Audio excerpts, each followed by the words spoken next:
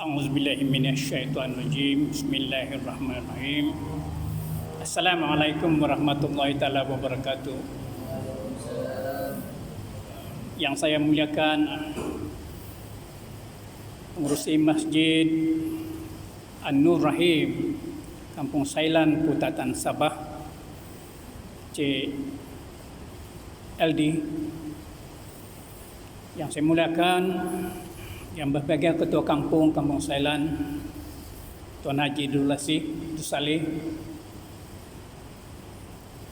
Giliran imam tadi Pak Unda, Tuan-tuan Haji, kawan-kawan, adik-adik jemaah salat maghrib pada malam ini.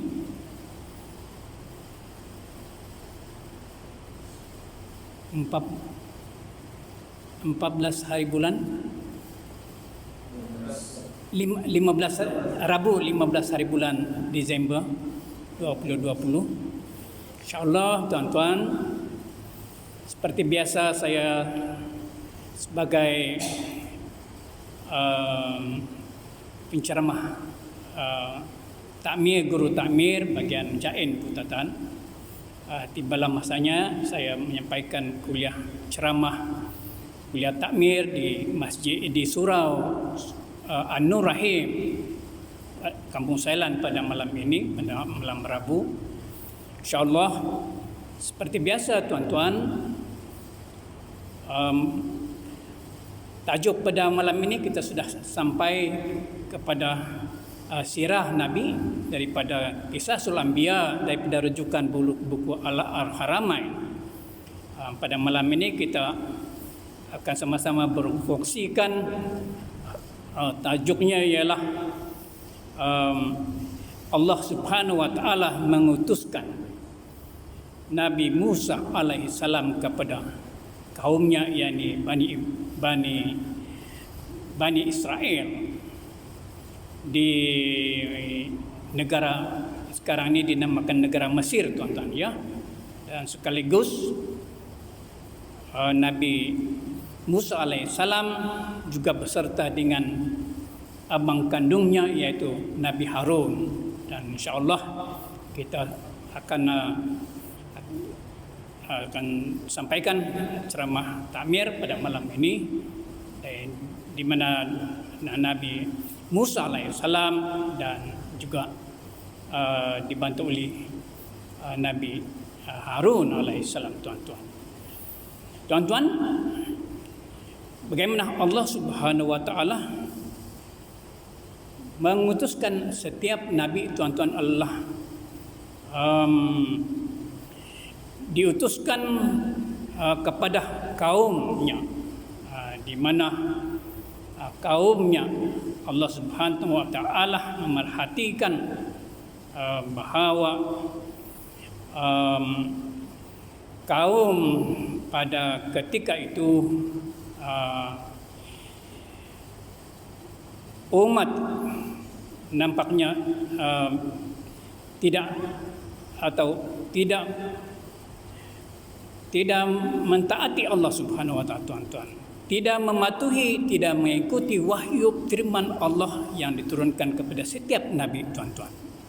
Jadi setiap nabi ini akan diutuskan bagi kaumnya pada zaman nabi tersebut, tuan-tuan. Begitulah tuan-tuan dengan Nabi Musa alaihi salam ini ialah diutuskan oleh Allah Subhanahu wa taala untuk menangani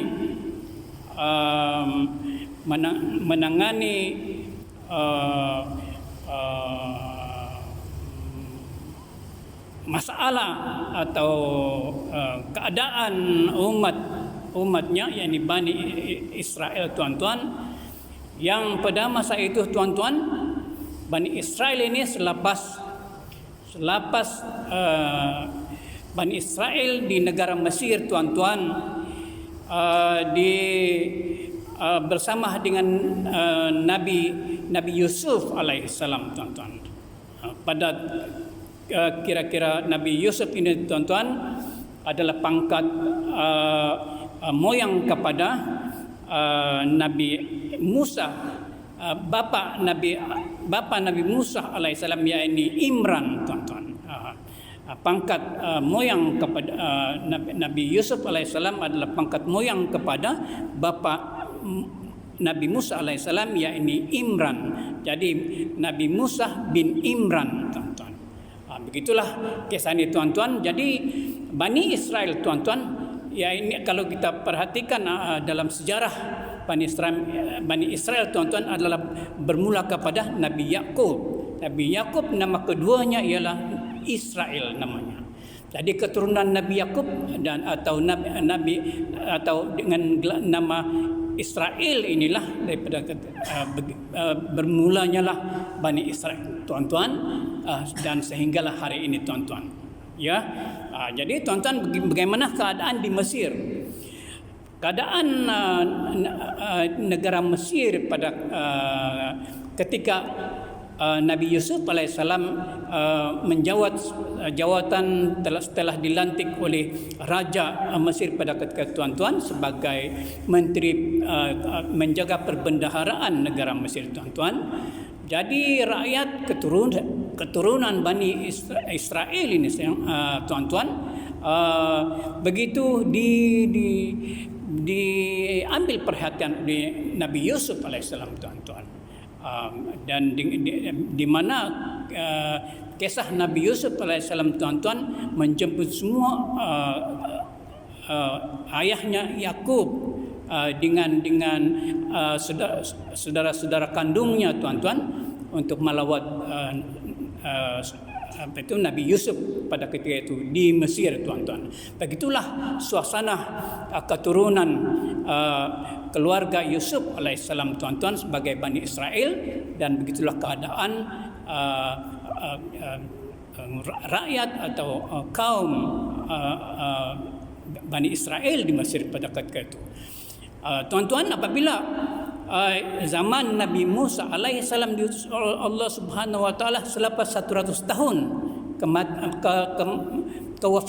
kewafatan Nabi Yusuf alaihissalam, tuan-tuan, ya ini Nabi Yusuf wafat kira-kira 1534 tahun sebelum Masih, tuan-tuan. Jadi Nabi Musa alaihissalam, tuan-tuan, Allah utuskan kira-kira pada tahun 1532 sebelum Masih, tuan-tuan, selepas 100 tahun daripada kewafatan Nabi Yusuf alaihissalam, tuan-tuan. Jadi begitulah sejarah awal, tuan-tuan, ya.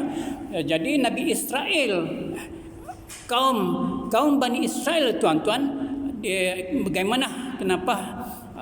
Sebab Allah mengutuskan Nabi Musa alaihissalam untuk Bani Israel, tuan-tuan, di Mesir, kerana kita tahu apabila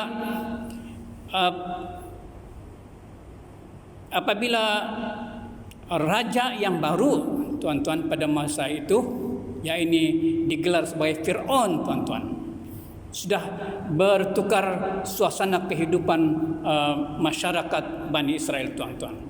Kalau kita tahu, tuan-tuan, apabila Raja Fir'aun ini bermula sebagai Raja Mesir, tuan-tuan, Raja Fir'aun ini, tuan-tuan, adalah daripada bangsa Kiptik. Dia bangsa Kiptik, tuan-tuan. Jadi oleh kerana dia raja, tuan-tuan, dia mengambil berat sepenuhnya kepada bangsanya sendiri, tuan-tuan. Begitulah ceritanya. Jadi bagi Bani Israel, tuan-tuan, sebaliknya, tuan-tuan. Jadi keadaan berubah daripada masyarakat di Mesir. Bani Israel adalah masyarakat yang diambil perhatian, tuan-tuan. Tetapi apabila menjadi rajanya gelaran Fir'aun pada zaman Nabi Musa alaihissalam, tuan-tuan, jadi berlakulah sebaliknya, di mana masyarakat Bani Israel, tuan-tuan, dijadikan sebagai orang suruhan dan sebagai kita katakan hamba abdi lah tuan-tuan ya. Jadi kalau sudah menjadi masyarakat orang suruhan tuan-tuan, macam mana jadi dia? Tidak diberi makan, tidak diberi gaji tuan-tuan. Kerja saja, menjaga binatang ternakan oleh pembesar-pembesar dan harta, menjaga harta kekayaan raja tuan-tuan. Mereka haruslah menyembah kepada raja, tertaluk kepada arahan dan perintah raja Fir'aun tuan-tuan, dan mereka hanya diberi makan pada setiap hari tuan-tuan. Diberi makan saja tuan-tuan, tidak lain daripada itu. Jadi kadang-kadang tuan-tuan dengan sebagai rakyat suruhan tuan-tuan, begitu menderitanya sekali hidup rakyat Bani Israel tuan-tuan. Itulah asbab kenapa Allah Subhanahu wa taala mengutuskan Nabi Musa alaihissalam untuk mengembalikan atau menjaga semula mengambil kebajikan, menjaga kebajikan Bani Israel, yakni Nabi Musa, kaum Nabi Musa alaihissalam sendiri tuan-tuan. Tuan-tuan, ada beberapa kisah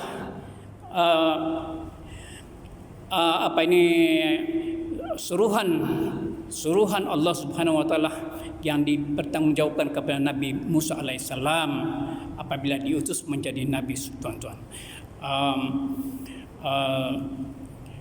Dan kita tahu tuan-tuan, Nabi Musa alaihissalam adalah seorang nabi yang memberi signifikan kepada kita di dalam kisah-kisah nabi tuan-tuan, di mana Nabi Musa lah pertama nabi yang diturunkan kitab Taurat tuan-tuan ya. Jadi ini kita akan insya-Allah kita akan sama-sama berkongsikan sejarah kisah Nabi Musa alaihissalam tuan-tuan. Tuan-tuan, pertama sekali saya mulakan dengan bacaan doa sedikit. Auzubillahi minasyaitonir rajim. Bismillahirrahmanirrahim. Alhamdulillahirabbil alamin wassalatu wassalamu ala asyrafil anbiya'i wal mursalin sayyidina Muhammadin wa ala alihi washabbihi ajmain. Rabbi shrah li sadri wa yassir li amri wahlul 'uqdatam min lisani yafqahu qawli. Rabbi yassir wa la tu'assir wa tammim bil khair. Amma ba'd.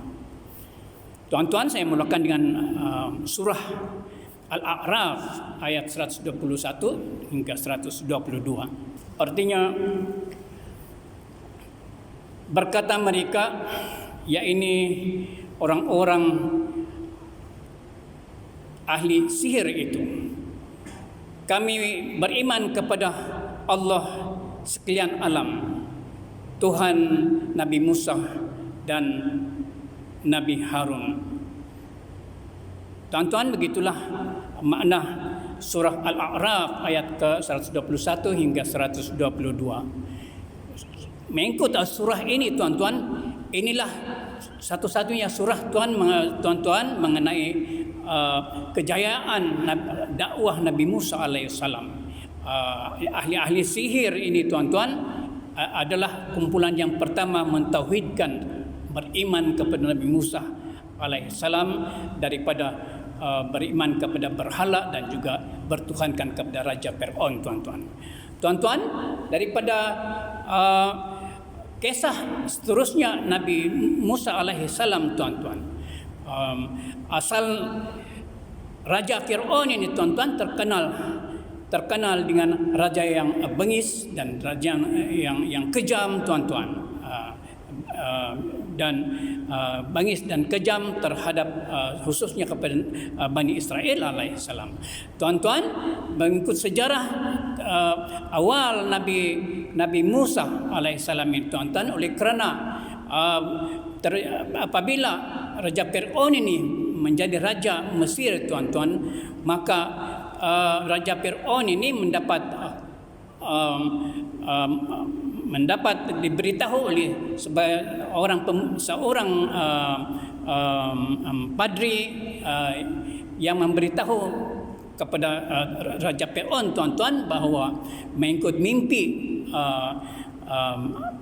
ahli nujum tersebut tuan-tuan, akan lahirnya anak daripada keturunan Bani Israel dan akan merampas kuasa sebagai raja di negara Mesir tuan-tuan. Jadi dengan itu tuan-tuan, Raja Fir'aun pun mengisytiharkan di negara Mesir pada ketika itu tuan-tuan, supaya anak-anak lelaki yang lahir daripada Bani Israel hendaklah dibunuh tuan-tuan. Jadilah begitulah kekejamannya Raja Fir'aun tuan-tuan. Dan pada ketika itu ibu Ibrahim Musa alaihissalam tuan-tuan bernama Yukadab tuan-tuan. Yukadab sudah sedia melahirkan Nabi Musa alaihissalam pada ketika tuan-tuan. Jadi apabila Nabi Musa lahir tuan-tuan, sudah dalam 3 bulan umur bayi Nabi Musa alaihissalam tuan-tuan,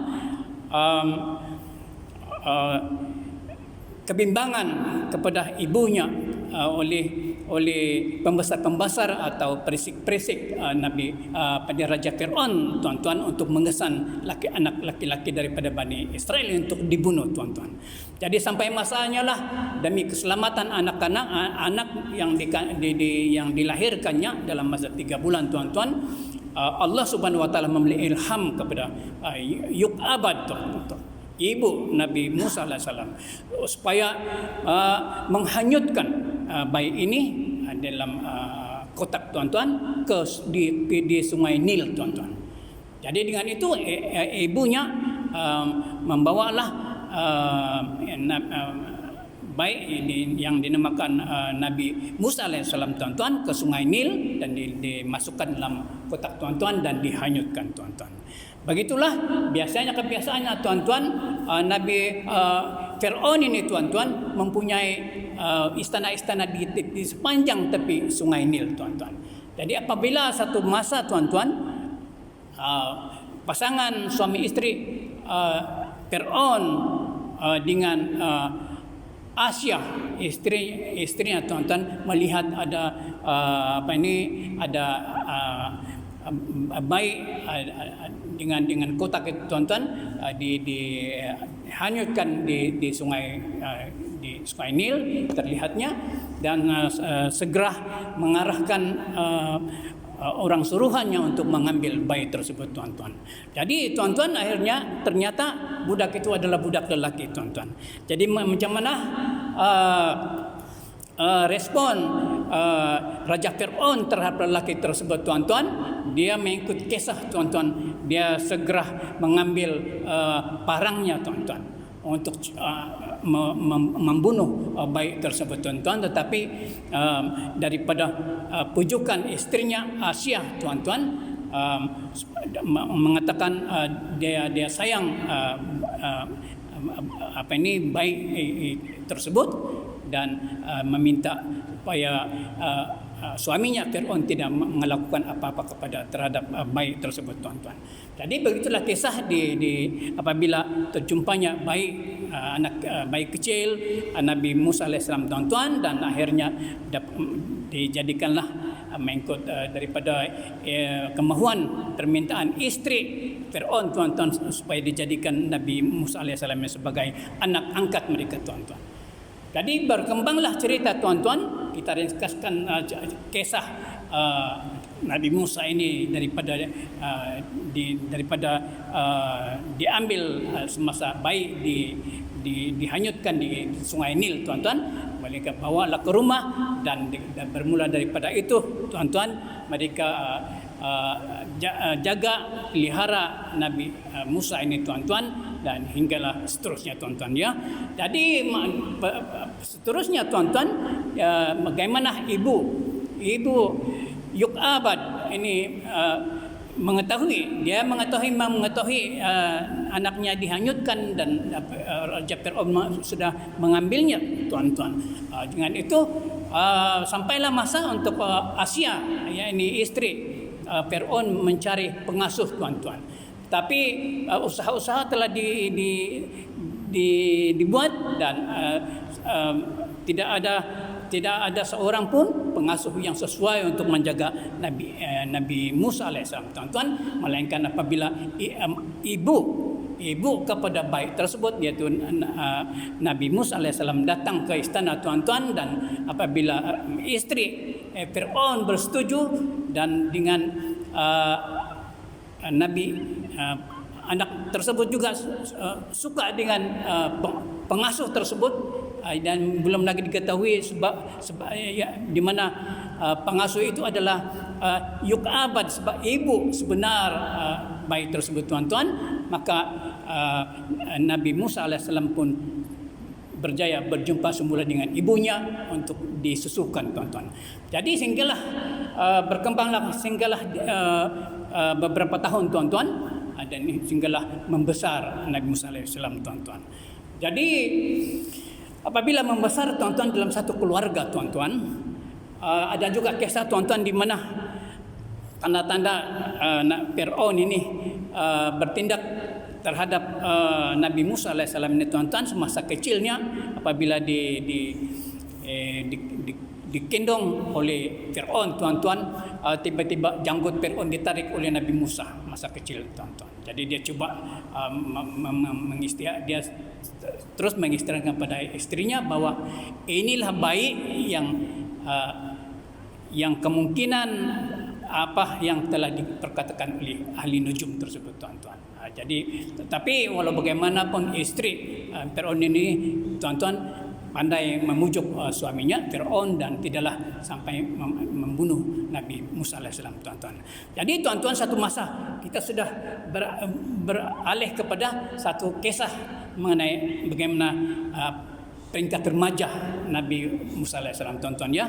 Jadi suatu kisah, tuan-tuan, apabila ada pergaduhan, perkelahian anak muda, tuan-tuan. Apabila dalam perjalanan Nabi Musa, tuan-tuan, pergi ke pasar, ke pasar, dalam perjalanan ke pasar dia terjumpa ada budak berkelahi, dua budak berkelahi, tuan-tuan, dan satunya adalah Bani Israel dan satunya budak Kiptik, tuan-tuan. Jadi macam mana terjadi, tuan-tuan, dengan tidak disengajakan Nabi Musa menolong budak Bani Israel, tuan-tuan, dan dia memukul anak Kiptik itu, tuan-tuan, tiba-tiba meninggal, tuan-tuan. Jadi Nabi Musa pun menyesal, tetapi dia tidak sengajakan dan dia tahu bahwa ianya adalah perbuatan syaitan, tuan-tuan. Jadi dia bermula kepada itulah, tuan-tuan. Jadi pembesar selama mengetahui jenayah, dikatakan jenayah bagi Nabi Musa alaihissalam, tuan-tuan, dan sampai kepada pengetahuan Raja Fir'aun, tuan-tuan. Jadi Nabi Musa bernasib baik, tuan-tuan, ada seorang yang mendengar apabila mesyuarat Fir'aun dengan pembesar-pembesarnya dengan membincang apa tindakan terhadap Nabi Musa alaihissalam, tuan-tuan, apabila berlakunya kematian dalam perkelahian itu daripada perbuatan Nabi Musa alaihissalam, tuan-tuan. Jadi tindakan yang Raja Fir'aun, keputusan yang dibuat ialah membunuh Nabi Musa alaihissalam, tuan-tuan. Jadi, tuan-tuan, orang yang mendengar berita tersebut segera memberitahu kepada Nabi Musa alaihissalam, dan Nabi Musa pun melarikan diri daripada dibunuh oleh Raja Fir'aun, tuan-tuan, pada malam hari, tuan-tuan. Jadi apabila Nabi Musa berjaya melarikan diri, tuan-tuan, seorang diri, tuan-tuan, Nabi Musa sampai ke Allah Subhanahu wa taala memberi ilham kepada Nabi Musa supaya pergi ke daerah Madian, tuan-tuan. Madian ini adalah daerah di mana Nabi Syuaib memerintah di Madian, tuan-tuan. Jadi sebab Allah mewahyukan kepada Nabi Musa bahawa beri ilham bahawa daerah Madian ini tidak ditakluk oleh Fir'aun, tuan-tuan. Jadi selamatlah, sampailah, berjumpalah dengan Nabi Syuaib, Nabi Musa alaihissalam, tuan-tuan, dan berkenalan dengan putri Nabi Syuaib bernama Syafura, tuan-tuan. Jadi akhirnya jodoh telah sampai tuan-tuan, berkawinlah Syafura dengan Nabi Musa alaihissalam tuan-tuan. Selang 8 tahun tuan-tuan, lahirlah keinginan Nabi Musa untuk kembali semula ke keluarganya di Mesir tuan-tuan. Jadi tuan-tuan pada malam harilah selepas 8 tahun ya, dia balik ke negara Mesir tuan-tuan, dengan suami isteri lah. Jadi malam hari tuan-tuan. Jadi dia balik kepada negara Mesir tuan-tuan. Kita tidak pastikan, masa itu belum ada kendaraan tuan-tuan ya. Jadi kemungkinan orang berjalan kaki kah atau naik menunggang binatang ke kan. Jadi sampai ke lembah tua nama dia tuan-tuan. Ini menuju kepada Mesir. Lembah tua terhenti sejenak tuan-tuan. Lembah tua ini tuan-tuan adalah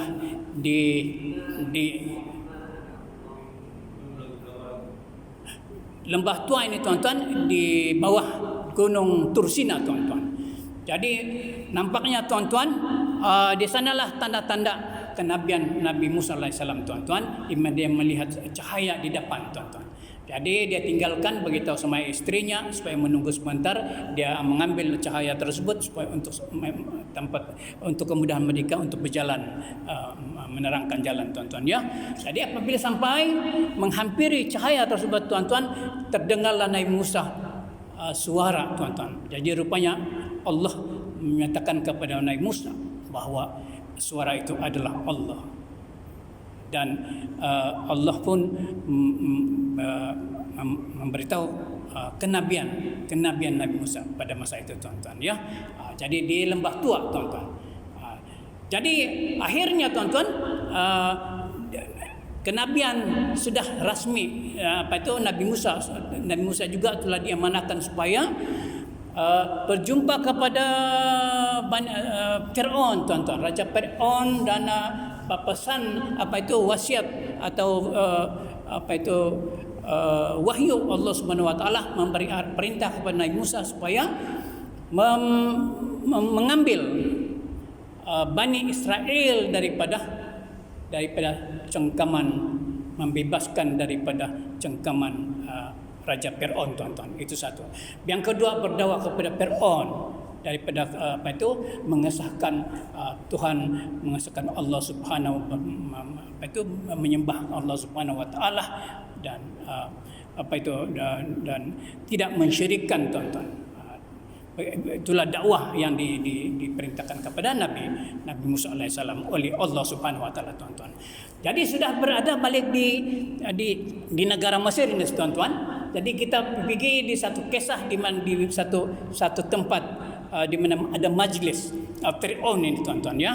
Ada majlis Fir'aun dengan penyokong-penyokong dia dan dengan orang-orang Kiptit semua, dan juga penduduk, termasuklah Bani Israel juga tuan-tuan, masyarakat Bani Israel. Jadi dalam majlis kerajaan atau cara majlis lah itu tuan-tuan ya. Jadi untuk makluman tuan-tuan, dalam apabila wahyu pengisytiharan Nabi kepada Nabi Musa alaihissalam, Nabi Musa memohon doa kepada Allah supaya abangnya Harun dilantik juga sebagai Nabi tuan-tuan. Oleh kerana dia kata Nabi Musa ini mempunyai masalah lidah, tidak lancar berdakwah tuan-tuan, bercakap. Jadi Allah pun memakbulkan tuan doa permintaan Nabi Musa alaihissalam, dan seterusnya juga memilih menjadikan abangnya Harun alaihissalam sebagai Nabi Harun alaihissalam tuan-tuan. Jadi sekarang Nabi Musa tuan-tuan dibantu oleh Nabi Harun dalam dakwah kepada masyarakat Fir'aun, bangsa Kiptit dan juga Bani Israel di Mesir tuan-tuan. Jadi di dalam majlis tersebut tuan-tuan, Nabi Harun dengan Nabi Musa tuan-tuan masuk ke dewan tersebut dan berdiri di tengah-tengah di mana majlis sedang berlangsung tuan-tuan. Bayangkan jadi berlakulah acara orang bilang gangguan tuan-tuan, terganggulah. Dan Nabi Musa alaihissalam dengan Harun alaihissalam tuan-tuan sudah memulakan dakwah seperti yang diperintahkan oleh Allah Subhanahu wa taala. Jadi bagaimana banyak panjang dia punya dialog tuan-tuan, tapi dakwah Nabi Musa ialah Nabi Musa alaihissalam memberitahu kepada Fir'aun supaya tidak menjadi raja yang sombong tuan-tuan, yang kejam kepada masyarakat rakyat terutama Bani Israel, dan menyembah kepada Allah pencipta, Allah sekalian alam. Allah Tuhan yang mencipta bumi dan langit tuan-tuan dan isinya, begitu. Allah yang mencipta segala alam semesta di darat, di timur dan di barat dan di dalamnya tuan-tuan. Artinya dan Nabi Musa dan Nabi Harun memberi dakwah bahwa supaya masyarakat di sana termasuk Fir'aun tuan-tuan meninggalkan penyembahan berhala, dan juga Raja Fir'aun tuan-tuan juga mengaku bahwa beliau adalah Tuhan. Dan apabila perdebatan mereka antara Fir'aun dengan Nabi Musa alaihissalam dan Nabi Harun alaihissalam tuan-tuan, yaitu pada masa itu Fir'aun sangat marah. Fir'aun kata, kalau kamu menyembah Tuhan kamu selain daripada saya, aku katanya kamu akan saya bunuh. Begitulah akhirnya amaran keras daripada Fir'aun kepada Nabi Musa alaihissalam tuan-tuan. Jadi begitulah tuan-tuan. Tapi Nabi Musa kata tuan-tuan, saya akan buktikan bagaimana dengan bukti yang saya ini adalah rasul tuan-tuan. Dia membuktikan kepada Fir'aun yang dia itu sudah menjadi rasul dan nabi tuan-tuan, untuk melaksanakan dakwah perintah Allah Subhanahu wa taala tuan-tuan. Dia lemparkan dia punya tongkat tuan-tuan menjadi ular. Itulah saksi mukjizat yang pertama tuan-tuan. Jadi walaupun begitu kebiasaannya lah tuan-tuan, memang seperti juga Fir'aun, dia tidak percaya, dia menuduh Nabi Musa itu sebagai ahli sihir tuan-tuan, sihir semata-mata tuan-tuan. Dengan itu tuan-tuan, dia berbincang dengan penyokong-penyokongnya dan orang-orang pembesar-pembesarnya tuan-tuan, dan akhirnya memutuskan bahwa Nabi Musa ini hendaklah berhadapan dengan ahli-ahli sihir rakyat di Mesir itu, yang ahli-ahli sihir di negeri Mesir tuan-tuan, yang berpihak kepada Fir'aun tuan-tuan. Jadi pada satu masa ditetapkan satu tempat gelanggang perlawanan itu tuan-tuan, antara Nabi Musa alaihissalam dengan ahli-ahli sihir di negara Mesir tuan-tuan.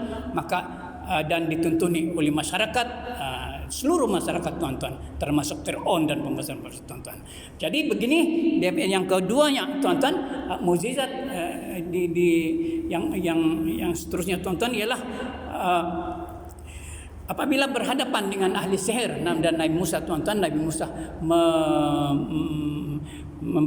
menyuruh ahli sihir itu supaya menunjukkan apa itu sihir mereka.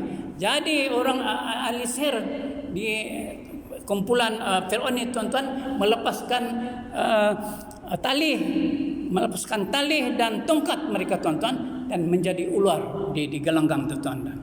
Jadi pada masa itu semua yang melihat itu juga hairan tuan-tuan, termasuk juga Nabi Musa lah. Tetapi Nabi Musa alaihissalam tuan-tuan, di sebalik itu Allah memberi wahyu kepadanya bahwa itu sihir, itu ahli sihir itu adalah tipu daya sahaja. Jadi Allah memberitahu kepada Nabi Musa supaya melepaskan tongkat itu untuk menjadi ular yang besar dan memakan semua ular-ular yang daripada ditunjukkan oleh ahli sihir tuan-tuan. Jadi itulah yang terjadi tuan-tuan. Apabila Nabi Musa melepaskan tongkatnya, kemudian tongkat itu menjadi ular besar dan dia menelan semua ular-ular yang sihir daripada sihir itu tuan-tuan. Jadi itulah sebab apabila ini berlaku tuan-tuan, ahli sihir itu adalah berlakulah ayat Al-Quran surah Al-A'raf tadi 121 dengan 122, di mana inilah kumpulan sihir, inilah yang pertama sekali tuan-tuan. Mereka tahu yang sihir mereka itu tidak berjaya, dan mereka juga yakin bahawa mukjizat Allah itu benar-benar daripada Allah Subhanahu Wa Taala yang ditunjukkan oleh Nabi Musa alaihissalam, tuan-tuan. Jadi dia memberitahu kepada di dewan pada masa itu, tuan-tuan, bahawa seluruh ahli sihir di Mesir mengikut Nabi Musa, mentauhidkan Allah dan tidak lagi terikat kepada Raja Fir'aun, tuan-tuan. Jadi tuan-tuan, ini baru kisah, tuan-tuan, ya. Jadi kisah seterusnya, tuan-tuan, dalam dakwah sudah berjalan, tuan-tuan.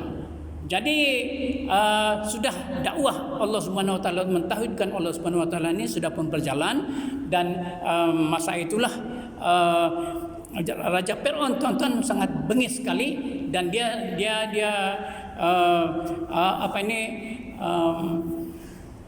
dia memberitahu kepada ahli-ahli sihir itu, tuan-tuan, dia akan menghukum mereka dengan memotongkan tangan dan kaki, bersilang dan menggantungkan di kayu salib, tuan-tuan. Begitulah, semua yang derhaka kepadanya dia akan memberi hukuman seperti itu, tuan-tuan, hukuman bunuh, tuan-tuan. Ya, jadi walau bagaimana Fir'aun tidak dapat meneruskan dia punya hukuman terhadap ahli sihir ini, tuan-tuan, sebab pengikut Nabi Musa pun mula mendapat ramailah orang masyarakat Kiptit dengan Bani Israel yang mengiman kepada Allah Subhanahu Wa Taala, mengikut dakwah Nabi Musa alaihissalam dan Nabi Harun alaihissalam, tuan-tuan. Jadi tuan-tuan, sampailah masanya, tuan-tuan, Allah memerintahkan Nabi Musa supaya membawa keluar Nabi Adam, Bani Israel ini, tuan-tuan, daripada Mesir ke Baitul Maqdis, tuan-tuan. Dia memerintahkan, mewahyukan. Jadi itulah Allah, perintah Allah kepada Bani Israel, tuan-tuan. Jadi tuan-tuan, Bani Israel ini, tuan-tuan, kita akan kenal bagaimana selepas ini, tuan-tuan. Sebenarnya bukan senang Bani Israel ini, tuan-tuan. Dia satu masa, tuan-tuan, apabila ada perkelahian di kalangan Bani Israel, tuan-tuan, dan ada pembunuhan, tuan-tuan, apabila dia meminta kepada Nabi Musa untuk berdoa kepada Allah Subhanahu Wa Taala, menunjukkan siapa pembunuh yang melakukan pembunuhan tersebut, tuan-tuan. Apabila Nabi Musa berdoa kepada Allah Subhanahu Wa Taala, bagaimana berdoa kepada Allah Subhanahu Wa Taala, dan Allah memerintahkan, memberi wahyu kepada Nabi Musa alaihissalam supaya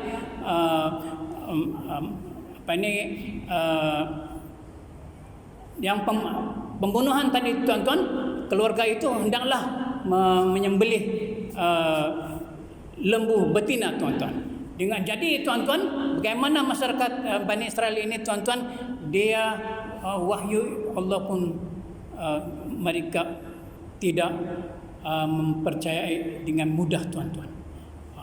Begitulah, tuan-tuan, ya. Begitunya masyarakat Bani Israel ini, tuan-tuan.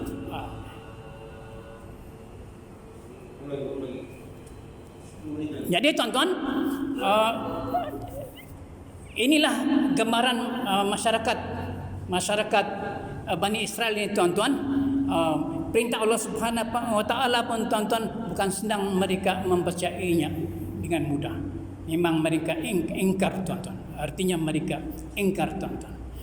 Jadi akhirnya, tuan-tuan, dengan Nabi Musa sekali lagi meyakinkan keluarga tersebut, barulah mereka mencari lembu betina dan menyembelih, tuan-tuan. Jadi bagaimana, tuan-tuan, Allah mewahyukan bahawa salah satu anggota lembu tersebut dipukul kepada orang yang terbunuh, tuan-tuan, lalu hidup. Dan apabila orang yang terbunuh itu hidup, tuan-tuan, barulah dia memberitahu yang pembunuhnya, tuan-tuan. Jadi begitulah kisah, tuan-tuan, macam mana Allah tunjukkan bagaimana Bani Israel sebenarnya itu, tuan-tuan, bukan senang diperintah atau dikawal oleh Nabi Musa alaihissalam, tuan-tuan.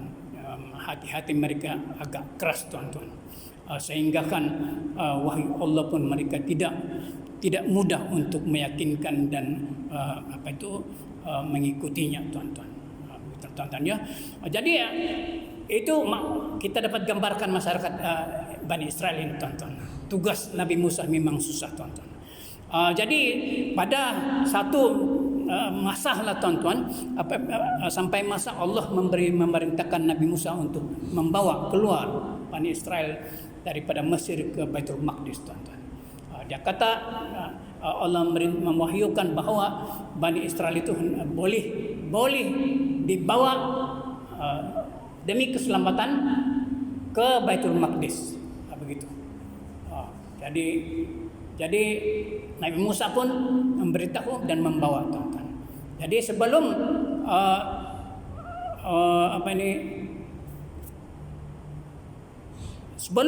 sebelum itu, tuan-tuan, apabila Nabi Musa dan Nabi Ibrahim, Nabi Harun, tuan-tuan, bersedia pada malam tersebut untuk membawa persiapan ke Baitul Maqdis, tuan-tuan, pada malam hari itu, rancangan, perjalanan masa dan bila dan di mana persiapan pergerakan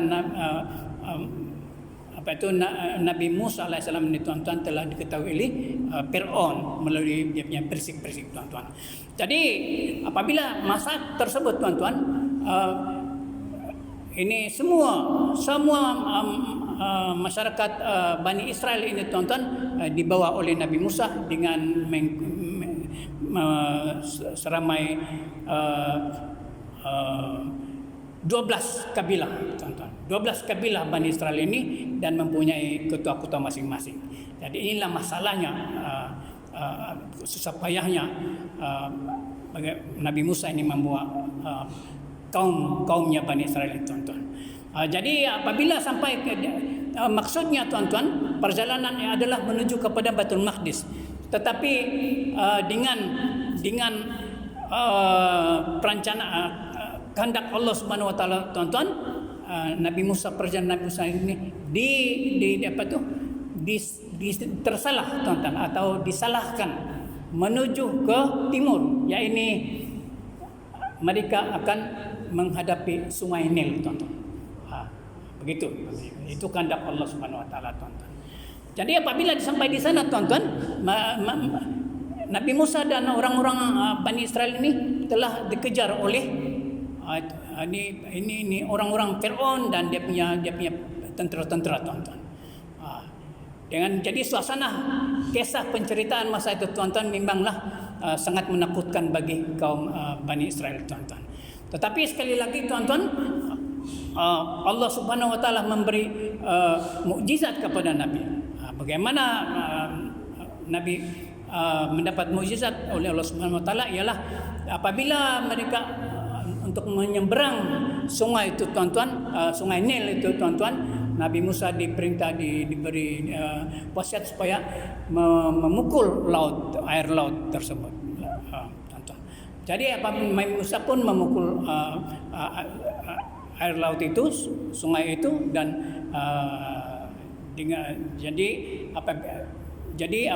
air tersebut pun belah dua, tuan-tuan, dan belah dua, dan air sekarang mempunyai jalan untuk berjalan kaki, untuk berjalan kaki, tuan-tuan, berjalan mereka dengan menaiki lembu, tuan-tuan. ke seberang tuan-tuan ya. Dengan barisan 12 barisan mengikut puak kumpulan Bani Israel tuan-tuan. Jadi itulah mukjizat Allah Subhanahu Wa Taala diturunkan kepada Nabi Musa, ini menggunakan tongkatnya memukul air laut dan air laut itu terbelah dua tuan-tuan. Jadi dengan memudahlah orang-orang Bani Israel dengan Nabi Musa alaihissalam sampai ke seberang tuan-tuan. Jadi tuan-tuan, jadi Firaun ini tuan-tuan, inilah masanya Allah memberi azab, menurunkan azab kepada Firaun ini tuan-tuan, di mana apabila kumpulan Firaun ini tuan-tuan mengikuti juga jejak jalan yang dilalui oleh Bani Israel dan Nabi Musa alaihissalam tuan-tuan, mereka pun mengikuti dari belakang. Apabila sampai ke tengah laut itu tuan-tuan, jadi air laut itu apabila sampai tengah air laut itu pun gunung seperti yang gunung air laut tuan-tuan pun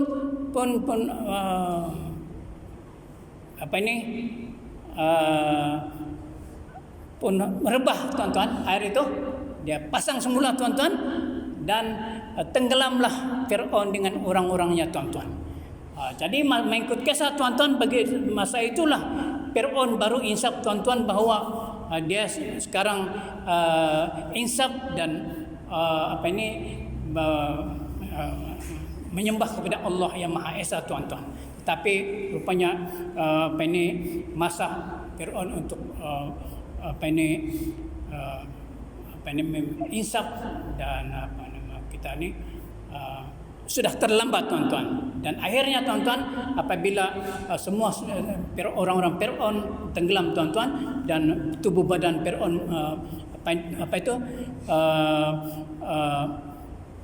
hanyut dan timbul di atas air tuan-tuan, barulah mengesahkan bahawa Firaun sudah meninggal tuan-tuan. Begitulah tuan-tuan kisah Firaun ini tuan-tuan. Jadi sekarang tuan-tuan, keadaan Firaun pun sudah meninggal, suasana di Mesir sudah tenang tuan-tuan ya. Jadi sekarang ini Allah Subhanahu Wa Taala melihat di mana masyarakat wahyu Allah Subhanahu Wa Taala, iaitu ialah dengan Nabi Musa alaihissalam membawa kaum Bani Israel ke Baitul Maqdis. Tetapi sekali lagi tuan-tuan, Bani Israel ini tidak mengikuti perintah Allah Subhanahu Wa Taala tuan-tuan. Mereka kata ada satu kaum di Baitul Maqdis di Palestin tuan-tuan, iaitu bangsa Kanaan. Mereka mengarahkan bangsa Kanaan itu keluar daripada Baitul Maqdis tuan-tuan, baru orang menduduki tanah itu. Jadi inilah sekali lagi lah Nabi Musa alaihissalam tuan-tuan memohon doa kepada Allah, bertaubat kepada Allah tuan-tuan, memohon keampunan daripada Allah Taala, tidak dapat melaksanakan perintah Allah Subhanahu Wa Taala. Antara lain doa Nabi Musa ialah, ya Allah ya Tuhanku, saya tidak dapat menguasai sesiapa, kata doa Nabi Musa, melainkan saya dengan saudara saya sendiri tuan-tuan. Jadi dengan doa itu tuan-tuan, Allah pun memberi wahyu balik kepada Nabi Musa tuan-tuan. Kata Allah, semimangnya Bani Israel ini kata Allah dilarang masuk ke Baitul Maqdis selama 40 tahun. Dan mereka ini sekarang ini hanya berpindah rendah di padang-padang pasir tuan-tuan. 40 tahun. Jadi begitulah keadaan tuan-tuan. Doa Nabi Musa alaihissalam rupanya tugas tanggungjawab Nabi Musa alaihissalam sebagai Nabi utusan Allah kurang berjaya tuan-tuan. Tapi dapat melaksanakan dakwah kepada orang Firaun dan membunuh Raja Firaun sudah dapat dibunuh tuan-tuan, dan memudahkan dakwah di Mesir pada ketika tuan-tuan. Namun demikian tuan-tuan, dengan doa terakhir mohon doa kepada Allah, keampunan kepada Allah Nabi Ibrahim tuan-tuan, Nabi Musa tuan-tuan. Jadi Baitul Maqdis itu tuan-tuan, artinya orang masyarakat Bani Israel tidak masuk di sana, melainkan Nabi Musa dan Nabi Harun. Dan pada sejarah membuktikan tuan-tuan, di Baitul Maqdis itu adalah generasi baru Bani Israel. Jadi pergulakan sekarang ini tuan-tuan, begitulah cerita sebagian daripada sejarah mengenai masyarakat Bani Israel tuan-tuan. Jadi oleh kerana dia berpindah randah di luar Baitul Maqdis dan berpuluh-puluh tahun tuan-tuan, dan itulah sejarah bagaimana Bani Israel ini menduduki semula Baitul Maqdis tuan-tuan, seperti yang berlaku sekarang ini tuan-tuan. Ini sebagai kita punya ilmu dan sebagai punya juga sebagai kita punya iktibar tuan-tuan, supaya kita hendaklah patuh dan yakin kepada Allah Subhanahu Wa Taala. Jadi artinya tuan-tuan, kalau panduan syariat oleh Allah Subhanahu Wa Taala sama sekali tidak, sebagai umat ciptaan Allah Subhanahu Wa Taala, adalah sama sekali sepatutnya kita tidak ingkar tuan-tuan. Itulah sejarah ya. Jadi sebagai penutup tuan-tuan, saya sampaikan juga, kongsikan juga bagaimana di Gunung Tursina tuan-tuan, apabila Nabi Musa ini berjumpa kepada Allah. Ini pun Allah Subhanahu Wa Taala tuan-tuan memberi perintah khusus kepada Nabi Musa alaihissalam, kerana Allah Subhanahu Wa Taala akan menurunkan kitab Taurat tuan-tuan ya. Jadi saya ringkaskan bagaimana di atas di Bukit Tursina ini tuan-tuan, ialah awalnya Nabi Musa ini berpuasa 30 hari, dan Nabi Musa ini membawa lebih kurang 70 orang saksi Bani Israel tuan-tuan. Apabila mereka sampai di atas di Bukit Tursina tuan-tuan, jadi berlaku dialog antara Allah dengan Nabi Musa alaihissalam. Jadi di belakang tu adalah 70 orang Bani Israel menunggu tuan-tuan. Jadi bagaimana Allah menunjukkan zatnya tuan-tuan, Nabi Musa tidak dapat melihat zat Allah yang sebenar tuan-tuan, melainkan wahyu dan suara saja tuan-tuan. Jadi bagaimana dialog itu perkataan ucapan Nabi Musa ialah, ya Allah, perlihatkanlah zatmu kepadaku. Itu terus terang permintaan Nabi Musa tuan-tuan. Allah kata, mata kamu wahai Musa tidak mampu melihat zatku sebenar.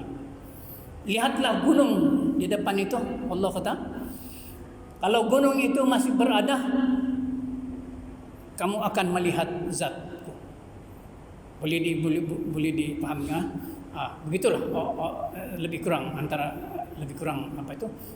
dialog antara mereka tuan-tuan. Jadi apabila Allah memberitahu Nabi Musa masa itu tuan-tuan, Nabi Musa pandang itu gunung, tiba-tiba gunung itu runtuh tuan-tuan. Jadi Nabi Musa pun pengsan tuan-tuan. Bila sadar balik tuan-tuan, Nabi Musa pun beristighfar, memohon taubat kepada Allah Subhanahu Wa Taala. Baru begitulah dia yakin tuan-tuan bagaimana gunung yang besar itu runtuh tuan-tuan. Dengan itu tuan-tuan diberikanlah dengan itu, di masa itu keping-keping batu merupakan kitab Taurat tuan-tuan, dengan bahasa-bahasa mengikut kisah tuan-tuan, bahasa Ibrani mengikut kisah tuan-tuan ya. Jadi itulah kitab Taurat tuan-tuan. Jadi kitab Taurat ini hukum dan petunjuk dan menceritakan hukum-hukum untuk panduan Bani Israel saja tuan-tuan. Jadi tuan-tuan, apabila Nabi Musa ini balik kepada yang 70 orang itu tadi, Nabi Musa memberitahu kepada yang 70 orang itu supaya kita mulai pada saat itu kita hendaklah semua bertaubat dan menyembah kepada Allah yang Maha Esa. Tetapi mereka yang 70 orang tuan-tuan tidak membalas kepada Nabi Musa. Belum lagi. Mereka mau juga melihat Allah itu dengan mata mereka sendiri. Baru yang bertaubat dan menyembah kepada Allah Subhanahu wa taala. Bayangkan tuan-tuan, Bani Israel tuan-tuan. Begitulah. Jadi Allah pun tahu itu tuan-tuan, apabila tahu dia memberi bencana petir dengan mendatangkan petir tuan-tuan, kilat menyambar itu 70 orang itu mati tuan-tuan. Sekali lagi Nabi Musa alaihissalam memohon doa kepada Allah, dia kata dengan perbuatan orang-orang yang bodoh apakah Allah Subhanahu wa taala mematikan kami semua. Jadi dihidup lagi semua tuan-tuan. Dihidup lagi kembali tuan-tuan. Saya paksa ringkaskan ini kisah ini tuan-tuan. Jadi artinya tuan-tuan kitab Taurat pun sudah diberi kepada Nabi Musa alaihissalam tuan-tuan dengan memerlukan lagi dakwah yang dengan seusaha yang mungkin tuan-tuan, karena dengan keadaan begitu tuan-tuan, Bani Israel itu tidak dapat didakwah sepenuhnya oleh Nabi Musa alaihissalam tuan-tuan. Tuan-tuan ya. Jadi sebagai kita punya ingatan, mudah-mudahan maklumat ini tuan-tuan kita dapat sedikit sebanyak ilmu dan kita boleh juga mendapat lagi informasi-informasi untuk mendapatkan ilmu kita pada malam ini tuan-tuan. Akhirnya saya bacakan sedikit doa. Bismillahirrahmanirrahim. Alhamdulillahirabbil alamin wassalatu wassalamu ala asyrafil anbiya'i wal mursalin sayyidina Muhammadin wa ala alihi washabihi ajmain. Allahumma rabbi zidni ilman warzuqni fahman. Allahumma rabbi habli minas solihin. Subhana rabbika rabbil izzati amma yasifun. Wassalamun ala mursalin walhamdulillahirabbil alamin wa billahi taufiq wal hidayah. Assalamualaikum warahmatullahi wabarakatuh. Terima kasih.